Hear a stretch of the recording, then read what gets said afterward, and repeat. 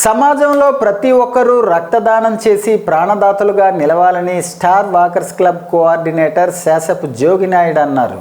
శనివారం శ్రీకాకుళం ఆర్ట్స్ కళాశాల ఆవరణలో ధర్మశాస్త్ర సన్నిధానం ట్రస్ట్ వారి ఆధ్వర్యంలో రథసప్తమి రోజున ఏర్పాటు చేసిన మెగా రక్తదాన శిబిరం గోడ పత్రికను వాకర్స్ క్లబ్ ప్రతినిధులతో కలిసి ఆవిష్కరించారు. అనంతరం ఆయన మాట్లాడుతూ మానవ సేవే మాధవ సేవ అనే నినాదంతో శ్రీకాకుళం జిల్లా కేంద్రంలో దశాబ్ద కాలంగా అనేక ఆధ్యాత్మిక సామాజిక సేవా కార్యక్రమాలు చేపడుతున్న ధర్మశాస్త్ర సన్నిధానం ట్రస్ట్ సేవలు నిరుపమానమని ఆయన కొనియాడారు.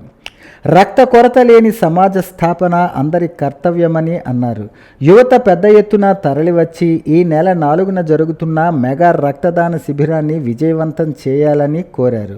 ఈ కార్యక్రమంలో స్టార్ వాకర్స్ క్లబ్ ప్రతినిధులు PG Gupta, doctor G Narayanarao, Nagiri Upendra, Gedela Lakshmi, Potnuru Nageswararao, ధర్మశాస్త్ర సన్నిధానం ట్రస్ట్ వ్యవస్థాపకులు బరాటం సంతోష్ తదితరులు పాల్గొన్నారు. అందరికీ నమస్కారం. శ్రీకాకుళం పట్టణ ప్రజలందరికీ కూడా శుభోదయం. రానున్న రథసప్తమి సూర్యనారాయణ స్వామి జయంతి సందర్భంగా శ్రీ ధర్మశాస్త్ర సన్నిధానం ట్రస్ట్ ఆధ్వర్యంలో కేశవరెడ్డి స్కూల్ ఎదురుగా మహా రక్తదాన శిబిరం జరుగుతుంది. ఆరోగ్యంగా ఉన్న ప్రతి ఒక్కరు కూడా ఈ రక్తదాన శిబిరంలో పాల్గొని రక్తదానం చేయవలసిందిగా రిక్వెస్ట్ చేస్తున్నాం.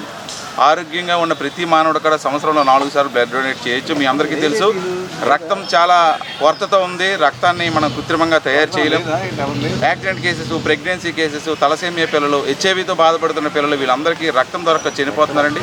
సో రక్తదానం చేయడం వల్ల ఏదైనా జరుగుతుందని అపోహలు వీడి ఈ రక్తదాన శిబిరానికి ప్రతి ఒక్కరు కూడా వచ్చి డొనేట్ చేసి ఈ శ్రీకాకుళంలోని రక్త కొరత లేని శ్రీకాకుళం జిల్లాగా తీర్చిదిద్దారని మీ అందరికీ రిక్వెస్ట్ చేస్తున్నాం. మళ్ళీ ఎప్పుడు మీకు రక్తం కావాలన్నా 24/7 మాకు ఒక కాల్ చేస్తే ఎస్డిపి కానీ ఆర్టీపీ కానీ ప్లేట్లెట్స్ బ్లడ్ ఎక్కడ అప్ టు విజయవాడ హైదరాబాద్ వరకు బ్లడ్ బ్యాంక్స్తో మాట్లాడి అందించగలుగుతాం.